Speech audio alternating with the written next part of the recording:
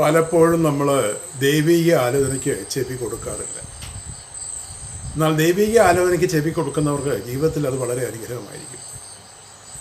കർത്താവിൻ്റെ വചനങ്ങളെ അനുസരിക്കുന്നവർക്ക് അത് ഏറ്റവും നന്മയും അനുഗ്രഹവുമാണ്.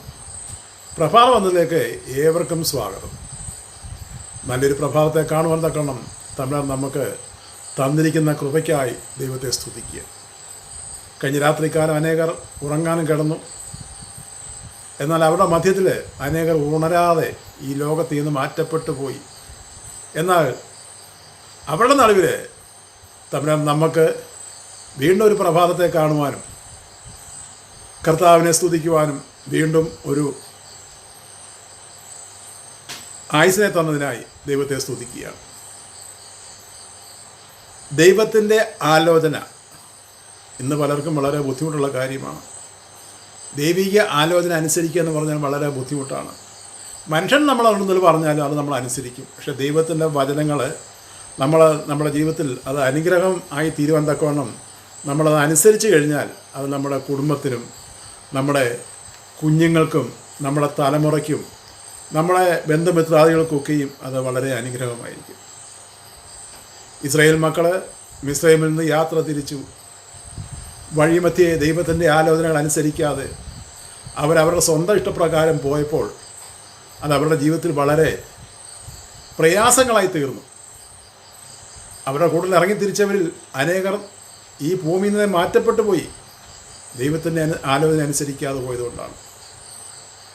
എന്നാൽ ആ യാത്രയുടെ മധ്യത്തിൽ ദൈവം അവർക്ക് ചില നിർദ്ദേശങ്ങളെ കൊടുക്കുന്നുണ്ട്. നിങ്ങളുടെ പിതാക്കന്മാരോട് ഞാൻ ചെയ്ത വാഗ്ദത്തമുണ്ട്. എന്താ? നിങ്ങൾക്ക് കനാൻ ദേശം ഞാൻ തരുമെന്ന്. കനാൻ ദേശം നിങ്ങൾക്ക് ഞാൻ തരും. ഞാൻ തരുമെന്ന് പറഞ്ഞ വാഗ്ദത്ത ദേശത്തേക്ക് നിങ്ങൾ ചെല്ലുമ്പോൾ, അവിടെ ചെന്ന് കഴിയുമ്പോൾ എൻ്റെ വാക്ക് നിങ്ങൾ അനുസരിച്ചാൽ അത് നിങ്ങളുടെ ജീവിതത്തിൽ വളരെ അനുഗ്രഹമായിരിക്കും. യഹോവ അവർക്ക് ചില കാര്യങ്ങളെ പറഞ്ഞു കൊടുക്കുകയാണ്. എൻ്റെ വാക്കുകളും വചനങ്ങളും അനുസരിച്ച് നിങ്ങൾ മുന്നോട്ട് പോയാൽ ഇന്ന അനുഗ്രഹങ്ങൾ നിങ്ങൾക്കുണ്ടാകും. കാരണം നിങ്ങൾ ചെല്ലുന്നിടത്തൊക്കെ നിങ്ങൾ അനുഗ്രഹം പ്രാപിക്കും. നിങ്ങളുടെ കൃഷിഫലങ്ങൾ വളരെ അനുഗ്രഹമായിരിക്കും. നിങ്ങളുടെ മൃഗങ്ങളുടെ സമ്പത്ത് വർദ്ധിക്കും. എങ്ങനെയാണ്? ഞാൻ പറയുന്ന രീതിയിൽ കൂടി നിങ്ങൾ ചെയ്യണം. ദൈവത്തിൻ്റെ ആലോചനകൾ അനുസരിച്ച് മുന്നോട്ട് പോകാൻ നമുക്ക് വളരെ ബുദ്ധിമുട്ടാണ്.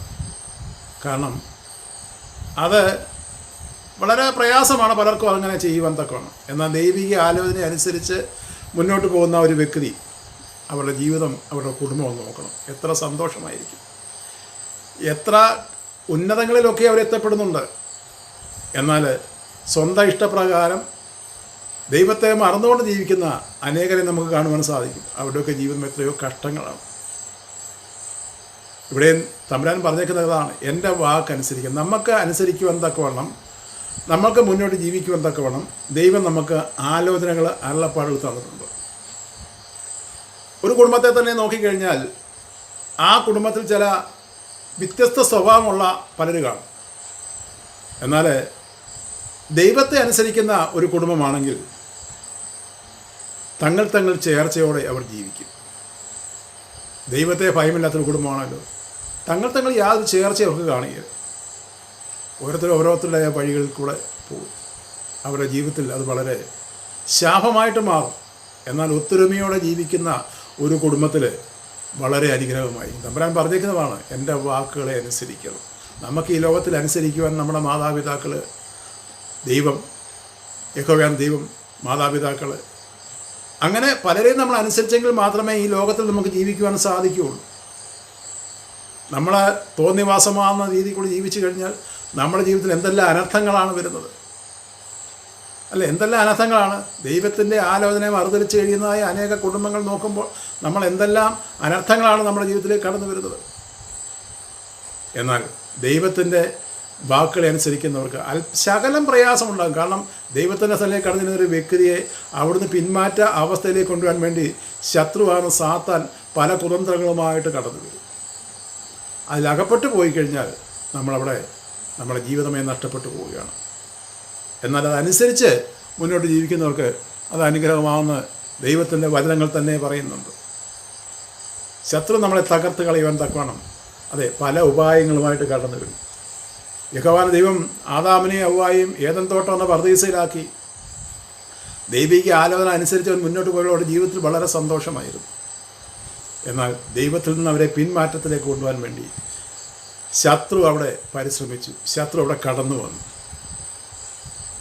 ദൈവം വിലക്കിതാന്ന കനിയെ അവർ ഭക്ഷിക്കുവാൻ തക്കണം ശത്രു അവരെ നിർബന്ധിച്ചു.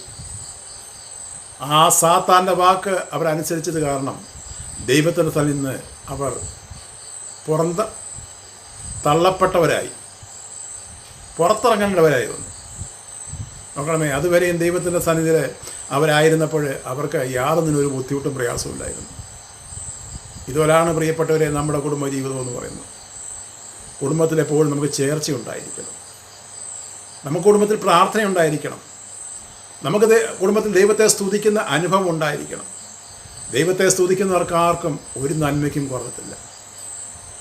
നമ്മുടെ ആവശ്യങ്ങളെ തമ്പുരാനോട് പറഞ്ഞു കഴിഞ്ഞാൽ അതൊക്കെയും തക്ക സമയങ്ങൾ നമുക്കത് നൽകിത്തരും. അതിന് യാതൊരു മാറ്റവുമില്ല. അതുകൊണ്ട് കർത്താവ് പറയുന്നു, യഹോവ ദൈവം പറയുന്നു, എൻ്റെ ചട്ടങ്ങളും എൻ്റെ വിധികളും ഞാൻ നിങ്ങൾക്ക് തരുന്നു. അത് നിങ്ങളനുസരിച്ച് മുന്നോട്ട് പോയാൽ നിങ്ങളുടെ ജീവിതത്തിൽ അത് വളരെ അനുഗ്രഹമായിരിക്കും. ആ അനുഗ്രഹം പ്രാപിക്കാൻ തക്കോണം നമുക്ക് ഒരുങ്ങാം എന്നുള്ളതായ ഈ ചെറിയ വചനങ്ങൾ ദൈവം നമ്മെ ധാരാളം അനുഗ്രഹിക്കുമാറാകട്ടെ.